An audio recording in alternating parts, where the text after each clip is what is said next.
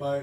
میں نے کل بھی میسج اور پیغام دیا تھا کہ اس وقت قوم پر بڑا کٹھن اور مشکل وقت ہے. جن کو اللہ نے توفیق عطا فرمائی ہے، جتنے وہ پیر بھائی ہیں یا غیر پیر بھائی ہیں، جتنے بھی مخیر حضرات ہیں، جہاں تک یہ پیغام میسج پہنچ رہا ہے، میری ان تمام سے گزارش ہے کہ وہ کسی چیز کا انتظار نہ کریں.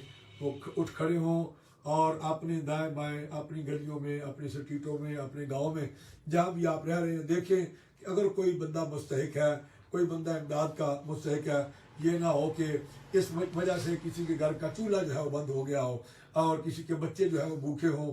میں نے کل بھی یہ بات بتائی تھی کہ اللہ تعالیٰ کے تقرب کی جتنی بھی راہیں ہمیں قرآن پاک اور دیگر ذرائع سے ملتی ہیں، وہ سجدے کے علاوہ تمام کی تمام راہیں جو ہیں وہ اللہ کی مخلوق سے محبت کی راہیں ملتی ہیں. کہ جو بندہ اللہ کی مخلوق سے محبت کرے گا، اللہ کی مخلوق سے پیار کرے گا، اس وقت جو ہے ایثار اور قربانی کا وقت ہے. اور وہ قومیں کامیاب ہوئی ہیں جنہوں نے ایک تو امید کا دامن نہیں چھوڑا. اس وقت میں پاکستانی قوم کو اور دنیا کے جتنے بھی دیگر لوگ دیکھ رہے ہیں ان کو یہ پیغام دینا چاہتا ہوں کہ آپ اللہ کے ساتھ اپنے اس تعلق کو، بندگی کے تعلق کو کامیاب کریں، مضبوط کریں اور اللہ سے امید کامل رکھیں. انشاءاللہ العزیز اس میں اللہ تعالیٰ سرخرو فرمائیں گے اور کامیابی کامرانی ہوگی.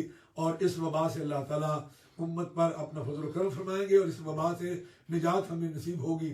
تو جتنے بھی احباب ساتھی جن تک یہ پیغام پہنچ رہا ہے ان سے گزارش ہے کہ وہ اس وقت کڑا وقت ہے، مشکل ترین وقت ہے امت پر اور قوم پر.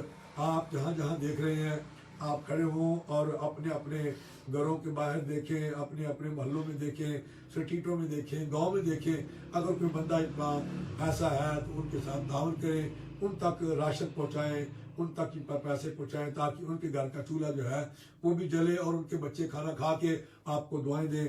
جہاں تک یہ پیغام باہر کے احباب پیر بھائیوں تک پہنچ رہا ہے تو وہ بھی بھائی مسعود جماعتی سے رابطہ کر سکتے ہیں، ہم سے رابطہ کر سکتے ہیں. اللہ تعالیٰ آپ کی اور میری حاضری کو مقبول و منظور پائے اور اس مشکل اور پریشانی سے اللہ تعالیٰ ہمیں نجات عطا فرمائے. بہت شکریہ.